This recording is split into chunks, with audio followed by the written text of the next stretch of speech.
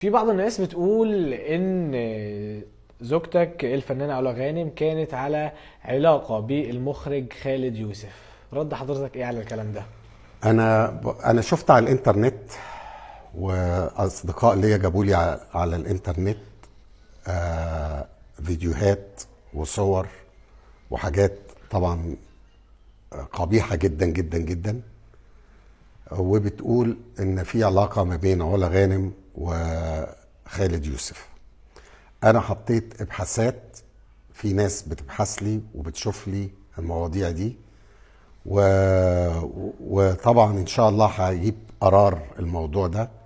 وفي حاجات تانية كتير جدا جدا جدا برضو الناس دي شغالة عليها، عن ممثلين في الوسط الفني، والحاجات دي كلها هتطلع قريب جدا جدا جدا.